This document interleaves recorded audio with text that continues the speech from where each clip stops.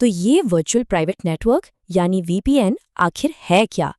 चलिए आसान भाषा में समझते हैं कि ये कैसे काम करता है। पब्लिक वाईफाई तो हम सब इस्तेमाल करते हैं, है ना? पर क्या ये सच में सेफ है? देखिए, इन नेटवर्क्स पर नकली हॉटस्पॉट हो सकते हैं जिनका मकसद सिर्फ आपकी जानकारी चुराना होता है। इसका हल है एक डिजिटल सुरंग।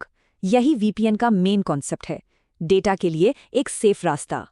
इसे और अच्छे से समझने के लिए चलिए इसके नाम को ही तोड़कर देखते हैं, वर्चुअल, प्राइवेट और नेटवर्क। यही तो फर्क है, वीपीएन आपको पब्लिक नेटवर्क पर होते हुए भी एक प्राइवेट नेटवर्क वाली सिक्योरिटी देता है। तो सबसे पहली बात, प्राइवेसी। वीपीएन आपके डेटा को एन्क्रिप्शन से पूरी तरह बदल देता है। ये होता है IPSC नाम के एक प्रोटोकॉल से। समझिए कि ये आपके डेटा के लिए एक डिजिटल कवच है।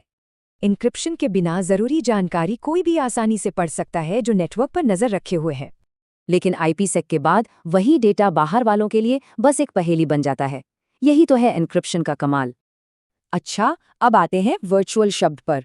इसका मतलब है कि डेटा ट्रैवल कैसे करता है। VPN एक वर्चुअल सर्किट बनाता है, मतलब डेटा के लिए एक पहले से तय खास रास्ता। ये प्रोसेस 3 हिस्सों में होता है, रास्ता तय करना, डेटा भेजना और फिर कनेक्शन बंद करना। रास्ते में हर राउटर एक गाइड की तरह काम करता है जो डेटा को फौरन सही दिशा दिखाता है।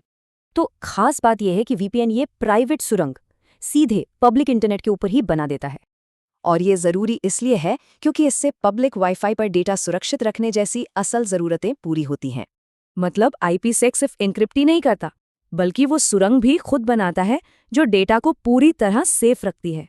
तो कुल मिलाकर वीपीएन आपकी ऑनलाइन प्राइवेसी को कंट्रोल करने का एक बहुत ज़बरदस्त जरिया है।